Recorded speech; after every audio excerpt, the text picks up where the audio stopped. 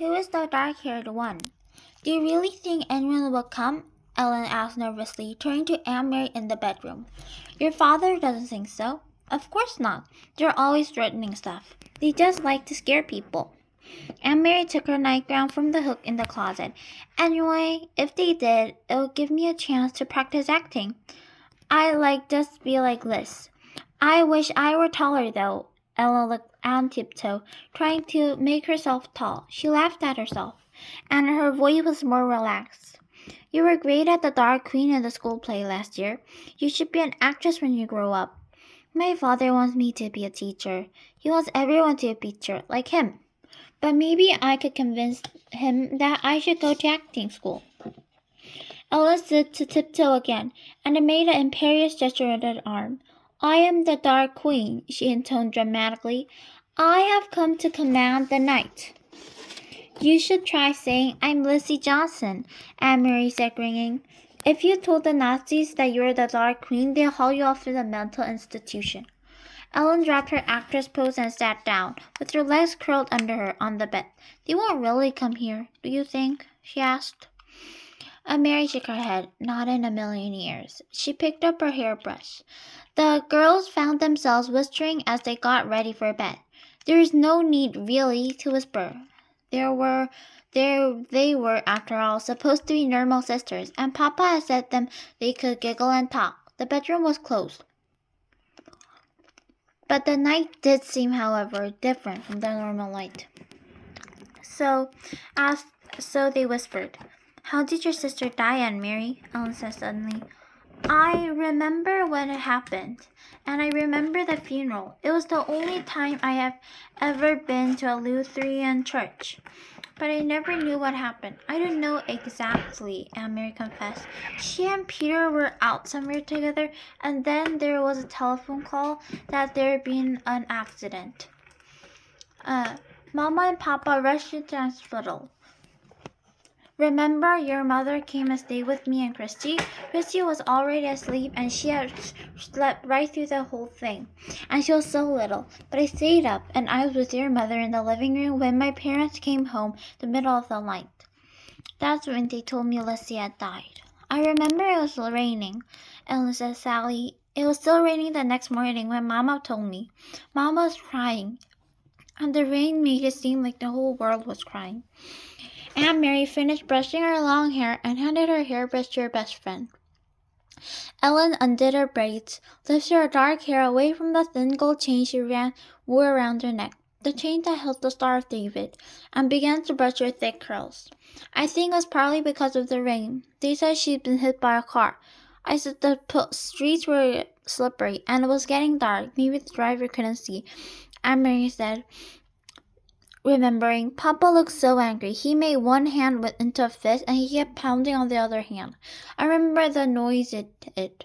Slam, slam, slam. Together we got into the wide bed and pulled up the covers. Aunt Mary blew out the candle and drew the dark curtains aside so that the open window near the bed let some light. See the dark blue trunk in the corner, she said, pointing to the darkness.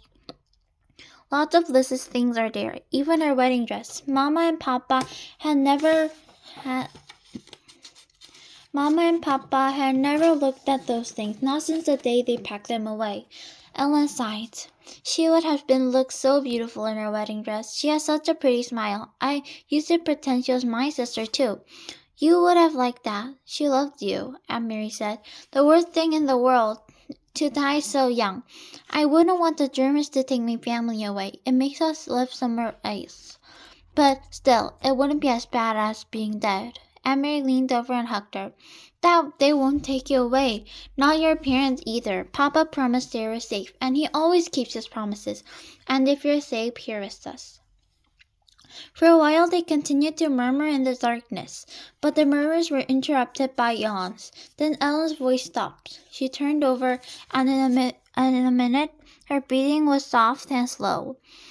Aunt Mary stared at the window where the sky was underlined and the tree branch moved slightly to the breeze. Everything seemed familiar, very comforting. Dangers had no more than odd imaginings, and like ghost stories and children made up to frighten each other. things that could possibly happen. Aunt Mary felt completely safe here in her own home, with her parents in the next room and her best friend asleep beside her.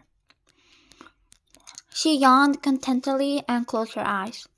It was hours later, but still dark when she was awakened abruptly by the pounding on the apartment door. Aunt Mary eased the bedroom door open quietly. Only a crack peeked out. Ellen was sitting up, eyes wide. She could see Mama and Papa in their nightclothes, moving around. Mama held a candle, but as Aunt Mary watched, she went to a lamp and switched it on. It was such a long time since they dared use strictly rationed electricity after dark that the light in the room seemed startling to Aunt Mary, watching the lightly open bedroom door. She saw her mother look automatically at the blackout curtains, making certain that they were tightly drawn. Papa opened the door to the soldiers. "Is this the Johnson apartment?" A deep voice asked the question loudly, in the terrible accent Danish. "Our name is on the door, and I see you have a flashlight. What do you want? Is something wrong?" "I understand you're friend of your neighbors, the Rosens, Mr. Johnson." "Sophie Rosen is my friend. That is true. Please, could you speak more softly? My children are asleep.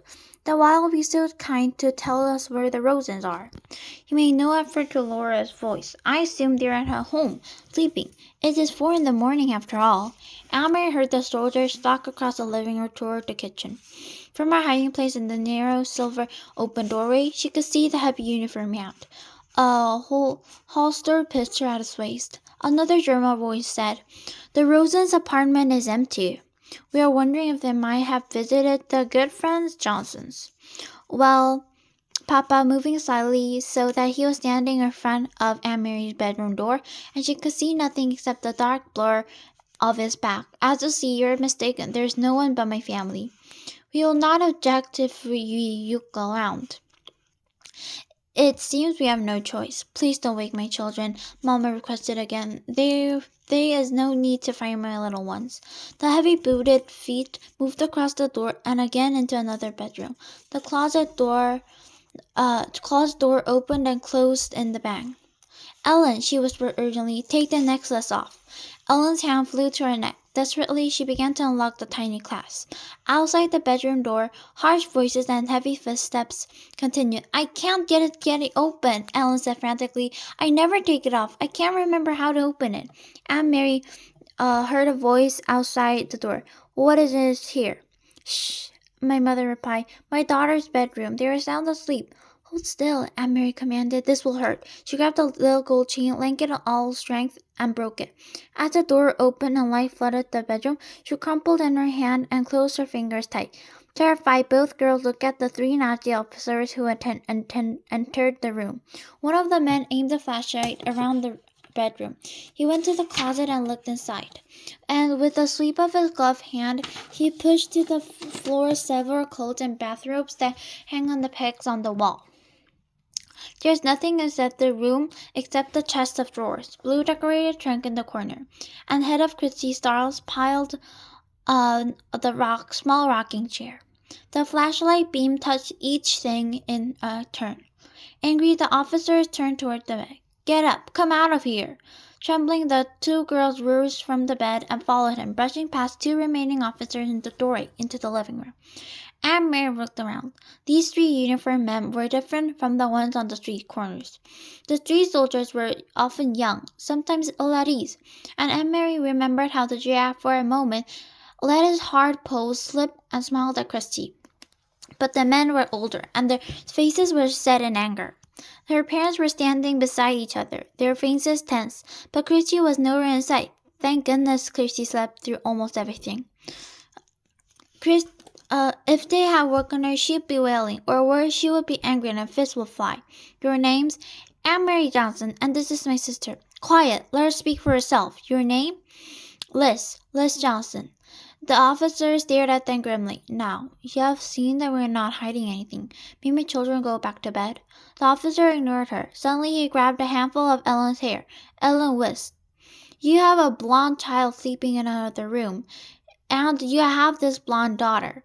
And why did you get the dark-haired one? From a different father? From a milkman?" Papa stepped further. Do not speak to my life in such a way. Let go of my daughter and report you for such treatment. Or maybe you got her some place else, from the Rosens. For a moment no one spoke, and Aunt Mary, watching the panic, saw her father move swiftly to a small bookcase and took out a book. She saw that he was holding a family photograph album. Quickly, he searched through the pages and found what he was looking for and tore out 3 pictures from 3 different pages. He handed them to the German officer, who released Ellen's hair. You'll see that each of my daughters, each with her name written on the photograph. Aunt Mary knew instantly that the photograph he had chosen. The album had many snapshots, all poorly focused pictures of school events and birthday parties, but also contained a portrait taken by the photographer of each girl as a tiny infant. Mama had written, in her delicate handwriting, each baby daughters across the bottom of these photographs. We realized, too, that with the icy thrilling, why Papa had torn them from the book. The bottom of each page, below the photograph itself, was written the date, and the real Liz Johnson had been born 21 years earlier. Christian Elizabeth, the officer read, looking at Christian's baby picture. He let the photograph fall on the wall. Aunt Mary, he read next, glanced at her and dropped a second photograph. Liz Margaret, he read finally, and stared at Ellen for a long, unwavering moment. In her mind, Aunt Mary pictured the photograph that he held. A baby, wide-eyed, proud against her pillow, her little hand holding a silver teething ring, her bare feet visible below the hem of the embroidered dress, the wispy curls, dark. The officer tore the photograph in half and dropped the pieces on the floor. Then he turned, the heels of his shiny boots grinding into the pictures, and left the apartment. Without a word, the 2 officers followed. Papa stepped forward and closed the door behind them. Aunt Mary relaxed, and the clenched fingers of her right hand, which still clutched Ellen's necklace. She looked down, and she saw that she had imprinted the Star of David in her palm.